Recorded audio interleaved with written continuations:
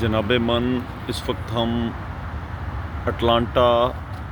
Georgia امریکہ کے ایک public park میں بیٹھے ہوئے ہیں، اور یہ آپ دیکھ رہے ہیں بچوں کے لیے یہ جھولے وغیرہ ہیں کھیلنے کے لیے مختلف انہوں، اور آپ دیکھ رہے ہیں بچے کھیل رہے ہیں، چھوٹے چھوٹے بچے،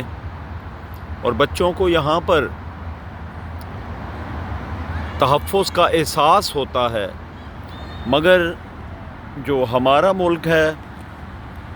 وہاں پر بچوں نے تو کیا محفوظ ہونا ہے، وہاں پر بڑے بھی محفوظ نہیں ہیں، مگر یہاں پر کسی قسم کا کوئی ان کو خطرہ نہیں ہے۔ اور دلچسپ بات یہ ہے کہ یہاں کی گورنمنٹ ہائی اسکول تک بچوں کا جو تمام اسکول کا ایجوکیشن کا خرچہ ہے وہ گورنمنٹ اٹھاتی ہے، اور 2 وقت کا کھانا بھی بچوں کو دیا جاتا ہے، شاندار کھانا، بریک فاسٹ اور لنچ بچوں کو اسکول میں ہی ملتا ہے، جس کا بوجھ ریاست اٹھاتی ہے، بچوں کو فری کھانا ملتا ہے۔ مگر ہمارے ہاں الٹا معاملہ ہے، وہ کہتے ہیں کہ افلاس نے سکھا دی ہے بچوں کو بھی تہذیب،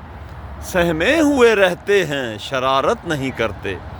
ہمارے جو غریب ممالک ہیں ان میں بچوں کو اسکول کے زمانے سے ہی، پہلی بات تو یہ ہے کہ سرکاری اسکول پاکستان کے اس قابل نہیں ہیں کہ وہاں پر جو ہے وہ عصر حاضر کے تقاضوں کے مطابق جو ہے تعلیم مہیا کی جائے بچوں کو، مگر اور ان کا طریقہ تدریس جو ہے وہ بھی ایسا معقول نہیں ہے کہ بچوں کی ذہنی پرورش ہو سکے، بچے اس میں نشو و نما پا سکیں۔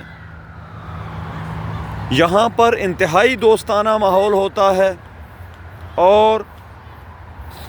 18 سال تک کے بچے جو ہیں وہ ہر قسم کے وہ غموں پریشانیوں سے آزاد ہوتے ہیں، ہر قسم کی آزادی ان کو حاصل ہے۔ اور ہمارے ہاں پاکستان جیسے ملکوں میں تو یہ ہوتا ہے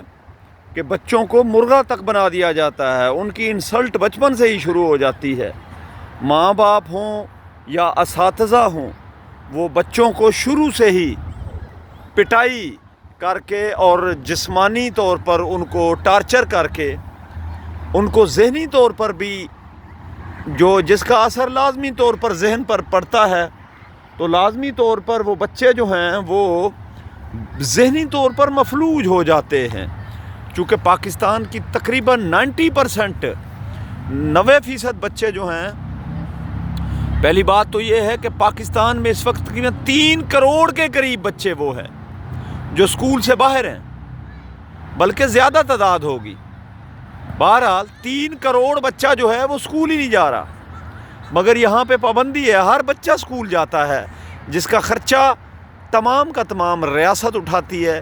اور اسکول سے ہی بچوں کو، اب یہ دیکھیں کہ یہاں پہ کالوں کے بچے اور گوروں کے بچے اکٹھا کھیل رہے ہیں، یہاں پہ کسی قسم کی کوئی تفریق نہیں پائی جاتی۔ یہاں پہ 1970 سے پہلے یہ وہ ریاست ہے جو جارجیا ریاست کہلاتی ہے۔ یہاں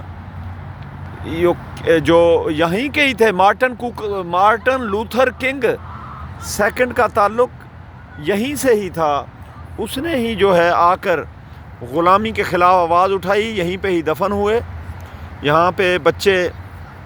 جو ہیں ہمیں نظر آتے ہیں، کڈز، اور یہاں پر ہر قسم کی ان کو آزادی حاصل ہے،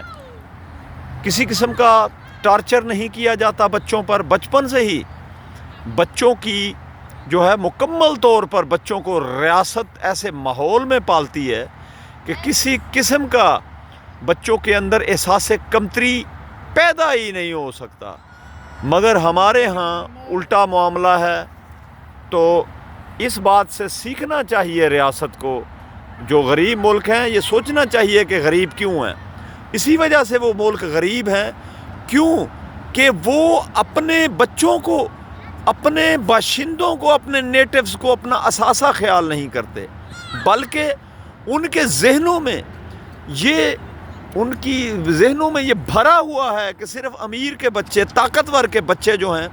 وہ اثاثہ ہیں، یا ایلیٹ کلاس ہی ملک کا اثاثہ ہے، باقی سارے کیڑے مکوڑے ہیں۔